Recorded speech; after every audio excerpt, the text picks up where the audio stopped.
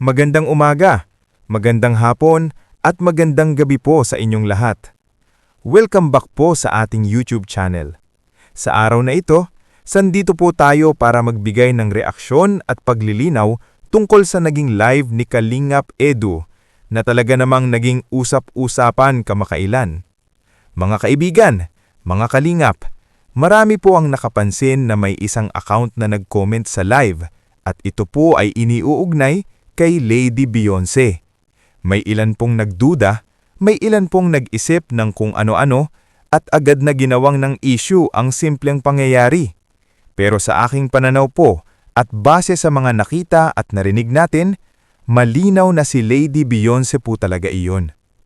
Ipinaliwanag naman po mismo ni Lady Beyonce na hindi gumana ang dati niyang account kaya napilitan siyang gumamit ng ibang account para makapag-comment. Kung tayo po ay may tiwala sa kanya noon, dapat may tiwala pa rin tayo ngayon.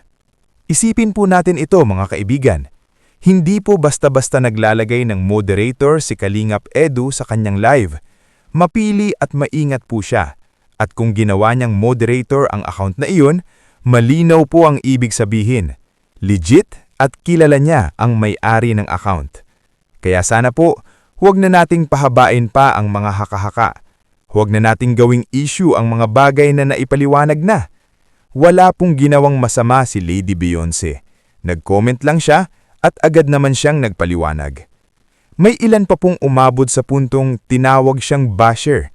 Pero tanong ko lang po, saan banda ang pagiging basher doon? Nagpaliwanag na siya. Nabasa na rin natin ang kanyang mensahe. Ako ito. Kung may respeto at tiwala tayo sa kanya, dapat doon pa lang tapos na ang usapan. Sa katunayan po, mismong si Kalingap Edu ay nagpaliwanag na rin tungkol dito sa live ni Kuya Jello at doon ay malinaw na sinabi na napakaliit na bagay nito para palakihin pa. Marami na po talagang ganito, mga isyong paulit-ulit na ibinabato, hindi lang kay Lady Beyonce, kundi pati sa buong EDC at sa mga taong patuloy na tumutulong. Mga kaibigan, masyado na tayong sensitibo minsan. Lahat na lang binibigyan ng maling kahulugan. Lahat na lang pinagdududahan. Samantalang, ang dapat nating pagtuunan ng pansin ay ang anniversary, ang mga pagtutulong, at ang magagandang layunin ng komunidad. Hindi po lahat ng bagay ay kailangan pang pakialaman, lalo na ang private life ng isang tao.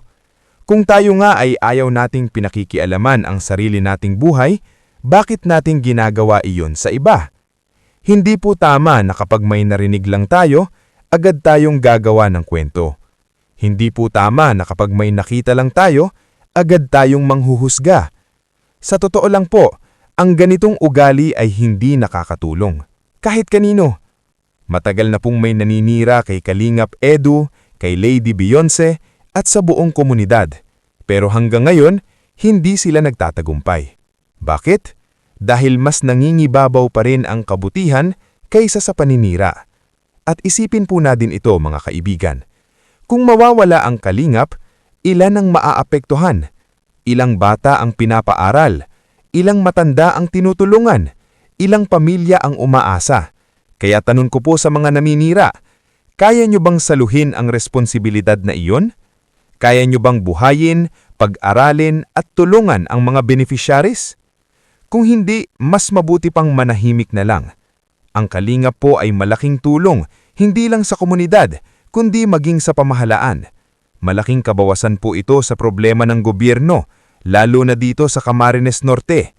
Kung wala ang kalingap, nasaan kaya sila ngayon? Nasaan kaya ang mga batang nakaranas ng masayang birthday, debut, at tulong na hindi nila kailanmang naranasan noon? Kaya mga kaibigan, pangalagaan po natin ang pangalan ng kalingap. I-defend po natin ang katotohanan. Palawakin po natin ang ating pag-unawa. Bago po tayo magsalita, siguraduhin muna natin ang ating informasyon. Bago po tayo magpalakat, siguraduhin muna nating totoo. Dahil sa huli, ang paninira ay babalik din sa gumagawa nito. Hanggang dito na lamang po ang aking munting reaksyon tungkol sa isyung ito. Maraming salamat po sa inyong pakikinig at patuloy na suporta. At bago po tayo magpaalam, huwag po nating kalimutang suportahan sina Kuya Val Santos Matubang, Ate Edna V Vlogs, at ang buong Kalinga Pro. Maraming salamat po. Babay po at peace sa ating lahat. Ang naranasan noon.